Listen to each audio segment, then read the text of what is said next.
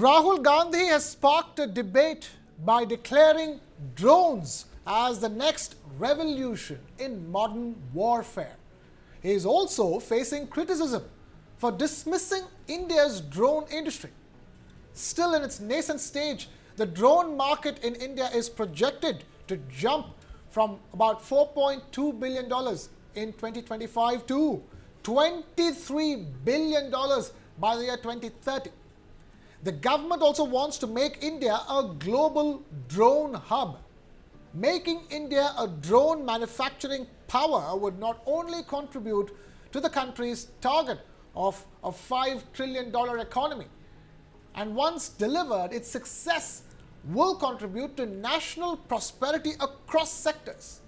The Government of India has launched various incentive schemes headed by India's Drone Regulation Agency, Directorate General of Civil Aviation. But what does it need to do to create a robust demand, boost manufacturing, attract investments and facilitate exports? Joining me on the News9 Plus show are Dr. Sanat, Kaul, founder of the International Aviation and Drone Association, and also Group Captain Rajeev, Narang, and in the studio is my colleague Nivriti, Mohan. Thank you all of you for being with us. Nivriti, before we take it to the guests, let's put things into context over here. The fact of the matter is that India's potential to become a drone hub, a global drone hub, is yet to be tapped fully, and the fact of the matter is that all efforts are being made to do that by the Government of India. Yes, there is no denying of the fact that drones are going to be, if we talk about defense industry, then it is going to be the future of all the warfare, and we have seen it in Ukraine also. This is the reason why Ukraine could dominate Russia in this war. So this is the future of warfare, and in various fields drones are playing a big role. Government has also said that it is trying to be the hub of drone production by 2030. Although India is working hard. If we talk about swarm drones, you must have heard about swarm drones. These are AI-based drones. They work together in groups, like 50 drones or 100 drones. Like a swarm of bees. Yeah, it is like a swarm of bees. And even if you take down or bring down one drone, they are intelligent enough to work, even after bringing that one drone or the leader down, it will the other drone will take over as a leader, and it will start instructing other drones. So this is the kind of intelligence that is there in these drones nowadays. Although India, we cannot say that India is very ahead in this technology, but yes, government is trying to bring India forward in this technology also. So if we talk about defense, then there was a contest, IAF contest, it's called Meher Baba Swarm Drone Contest, which was introduced in 2018 if I'm not wrong, and in this IAF invested only rupees 16 crore, and now it has, the whole ecosystem has turned out to be industry worth 1,000 crores. So this is the pace that we are coming up with, the IDEX competition. Exponential growth, and exponential of the highest order. That's the kind of growth that's been witnessed. So let me take this across to Dr. Sanat Kaul. Dr. Sanat Kaul, talk to us. The potential is huge. A lot of efforts are being made, be it in terms of, the government pumping in money, or for the matter, the number of startups that are booming in India. Well, the issue is government policy. We have had problems with the policy because, irrespective of the government, drones were banned. In 2014, there were civil drones I'm talking about were banned, and they were opened up after around COVID time, before COVID time. They were suddenly opened up, and not only opened up, it was opened up freely. All imports were allowed. Then the manufacturers also went back to government saying you don't liberalize in such a big way that local industry can't come up. So then modifications were made. And I think the drone, we are in 2025, it's only 5-6 years old where the civil manufacture is taking place. Whereas, the drone industry is much older. And countries like China have, they have the biggest civil drone manufacturing system and the biggest drone manufacturing company. So they always have had an advantage, and they will, and we have to, do a lot of catching up which is required. Now, as far as defense is concerned, Group Captain Narang is here. He will tell you, but Right, I was just about to ask him that. Just hold on. Let me complete. All right. Don't interrupt. While he will tell you all that, I am told that they are doing very well. As far as civil is concerned, there is a demand lag as well as there are issues. For example, parts. Now, for getting parts, there is a total prohibition for defense. So they have to produce parts in India, including engines and all. Whereas for civil side, again, the same problem is there because they are dual use. The drones are dual use. And therefore, the issue becomes how to get certain parts which are not being made and you can't manufacture them overnight. For example, engines. Engines are very difficult to manufacture and they are the leading country in manufacturing of small engines for drones is China. Anyhow, with electric motors coming in, that need for engines is coming down and India is actually going in for electric motors. Communications in drones are another issue where a lot of imports are required because we still haven't mastered the communication skill. And therefore, there are lots of, we have to diversify, we have to break the drone industry into many parts, whether it's making of frames, making of engines, making of communications, electric drones, or batteries. Batteries are being made in India in a big way. So it is taking place, but it's still not very clear what is lacking, where do we have to have special initiatives, and that is where I think I would like to conclude with these remarks and maybe join in later whenever you ask me questions. Thank you. Right, stay with us, sir. Stay with us, sir. We have those questions that you just asked. I'm going to ask those questions to Group Captain Rajeev Narang, who's with us. What is missing, sir? Okay, civil drone reform started with the drone rules in 2021, but technology initiatives are absent. So ownership of civil drone technology is not there. So what is needed is reforms in DGCA. Without reforms in DGCA, I suspect we will have major challenges. To give you an example, DGCA does not take technology development initiatives like Federal Aviation Authority of USA or EASA of Europe. Similarly, there is no Atmanirbhar policy to ensure critical components are made in India. And thirdly, procurement reforms are needed to support indigenous component manufacturers. And fourth, I think what is needed is strong implementation mechanism. Here I would like to highlight DGCA itself on the digital sky is issuing unique identification number to the Chinese DJI drones under the model class. Now, though it is allowed, but it conveys the wrong message, where you are liberal in the wrong manner. In the defense segment, I think what is needed is we have done very well in the small drone segment. To give you an example, Meher Baba competition, what Nivriti was saying, it started in 2018 and third edition of Meher Baba was launched during Aero India by the Indian Air Force. So it's a great support. IDEX has done wonderful. Combat aerial teaming system being developed by HAL is a bright spark where man-unmanned teaming will be possible being developed by HAL. So now this is a deviation from traditional trajectory of public sector. What is missing is AD-led projects. They need a hand-holding and reforms. There is a short-range UAV, which is on a proven airframe, proven engine. There's a Tapas program. There's an Archer new generation program and remotely piloted strike aircraft, which is also called as UCAV. They have not been progressing as desired. So defense segment is more focused on small and innovative UAVs where private industry has done exceptionally well. In fact, we are going for high altitude pseudo satellite being developed by private industry as well as by National Aerospace Laboratory. But in the big drone segment, I think we need a major reform. Otherwise, we are going to lag in this segment.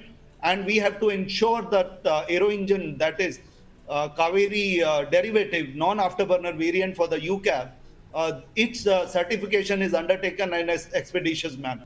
Dr. Sanat Kaul, that's a comprehensive list of solutions that Group Captain Rajeev Narang has given as far as what can be done to ensure that we go from a $4 billion industry now, the drone industry, to over $20 to $30 billion in the next 4 to 5 years. But do you think that we can achieve better than that?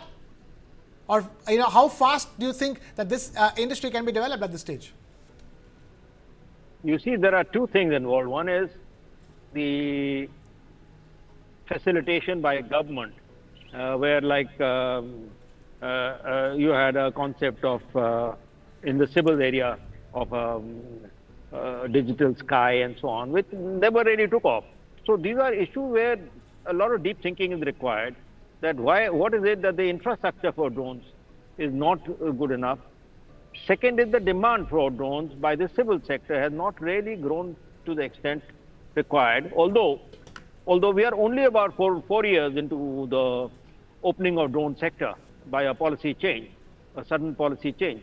Therefore, it takes time to build the environment, the production environment. It takes time, and but enthusiasm by a lot of young people, a lot of new startups is definitely there, and a little bit of hand holding would be required by a specialized thing. DGCA is too big to handle drones. I mean, they just have a department of drones. They can lay out some policies. Right. There has to be a specialized agency if you want India to become a major drone player, a manufacturer, and so on, which has been talked about. But it can't take place in vacuum. It has to be done with encouragement, with hand holding, and therefore a lot of work is required. Second, on the civil side, Right. the infrastructure for flying of drones has to be improved. The concept of digital sky was very good, but it hasn't really taken off. So it was, there were sort of three layers. One is the drone layer, then the aviation layer, and then you go into the upper sky, upper atmosphere, and open outer space. So that layer has really not taken off, to the best of my knowledge. Right. And manufacturing is another issue where you can, Group Captain Narang has already said that for the big drones, we are still lagging behind. So there has to be a lot of hand-holding required, a lot of help required, and a lot of initiative is taken. For example, Meher Baba competition has been a great success. But for the civil side, there has to be much more to be done, because we stopped drone production. We did not allow drone production. We did not allow drones because we thought it was a security risk. Right. Now it's in national interest. 5 years back. Right. Now it's in national okay, interest. but you can't change it overnight and say, well, tomorrow the production will become the biggest Right. producers in the world. It just doesn't happen like that. Point taken, sir. Point taken, sir. Yeah. Point taken. But Nivriti, that's how the interesting turn of events is. And from once being a security threat to now a necessity for national interest.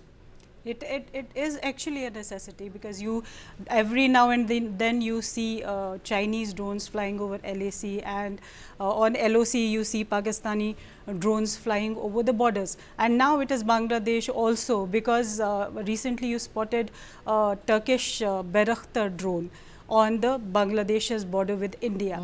So it has become our necessity. But one thing that is very, very important is that because drones are getting intelligent, more and more intelligent, AI is being used. So every component needs to be indigenously made. You cannot afford to take components from China, which is happening right now. If you talk about the controller of the drone, 90% of it is Chinese that we are using. Maybe Group Captain Rajeev Narang can spread more light on it, because it is really very, very dangerous. If you think about that, Indian drones, AI-based drones, are controlled by China-made controllers, and which can later, in any bad situation, can be controlled by China.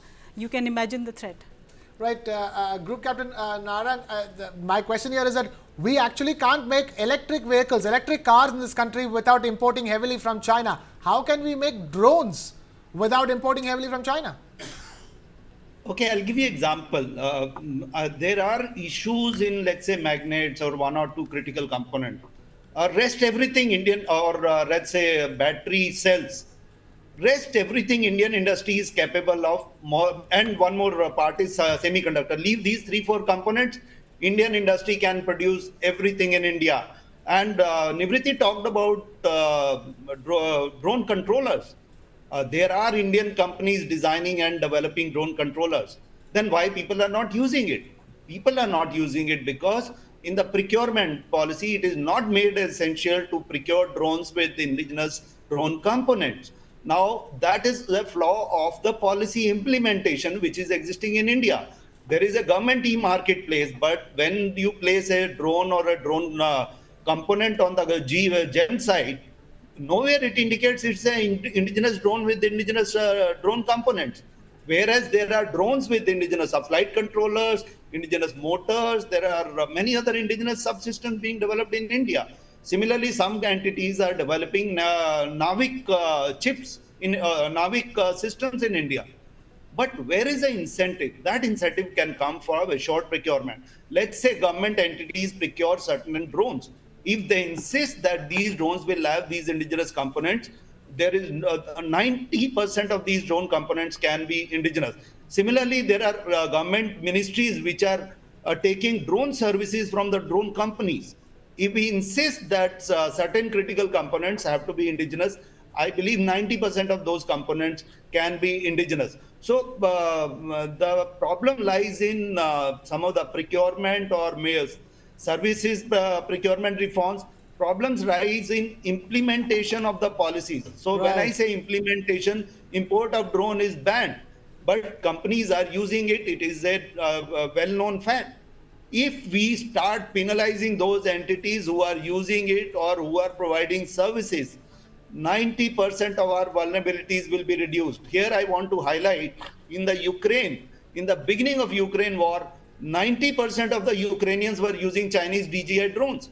But when their own people started dying because of targeting by the opponents, they started developing their own drones. So that is the criticalities of vulnerabilities of even commercial drones, which can be used in not only in civil time, but even in the wartime. So these aspects have to be really understood.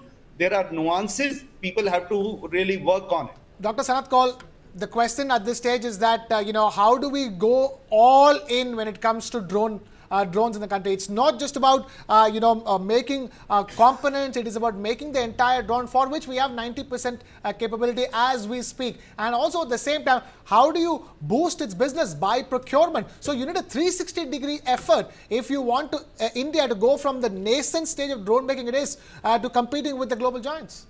Yes. I know DGCA is a safety regulator essentially, and their main purpose is to ensure safety, which is absolutely correct. If you want a drone industry to become one of the biggest in the world, you need much more than a regulator to, develop it.